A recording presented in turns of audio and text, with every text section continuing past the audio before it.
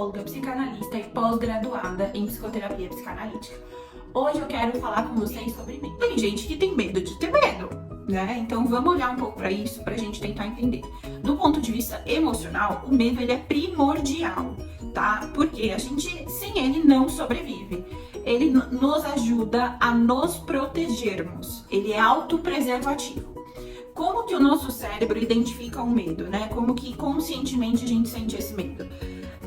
O cérebro identificou uma possível ameaça, um possível ataque, tá?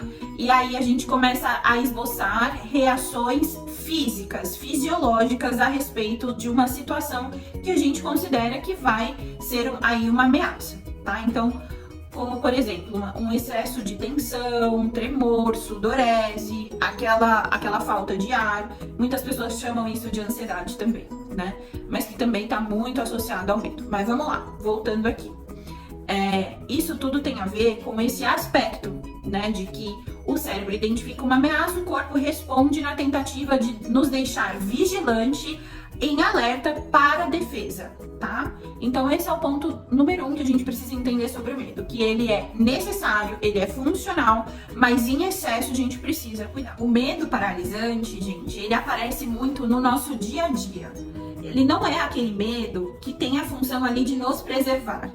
Ele é um medo que faz a gente questionar as nossas habilidades, o nosso valor, a nossa competência.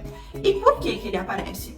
Ele vem devido aí à nossa internalização, ou seja, a gente vai guardando muitas coisas aqui no nosso interno, de experiências que a gente viveu lá atrás, na infância, no geral, né? Que fizeram a gente se tornar pessoas inseguras, né? Então, do ponto de vista psicanalítico, esse medo que paralisa, ele é sintomático. Ele é sintomático porque ele não tem uma função emocional, né, de sobrevivência. Ele aparece para nos contar que algo que aconteceu lá atrás não foi bem digerido, que precisa de tratamento, que precisa de cuidado, que precisa aí ser ressignificado no fim das contas, né? Então, o que eu quero dizer com tudo isso, gente, é que esse medo que paralisa, ele nos deixa refém, entende? Refém das nossas inseguranças, dos nossos anseios, das nossas expectativas, e ele faz a gente perder muito a capacidade de viver inúmeras experiências, viver ali a possibilidade de encontrar novos desafios, e uma série de outras coisas. Precisa aprender a usar esse medo a nosso favor, né? Porque não existe realidade sem medo, pessoal. Tem gente que tem medo de ter medo, mas tem gente que acha que não tem medo de nada, né? Que é o grande destemido, e não é verdade.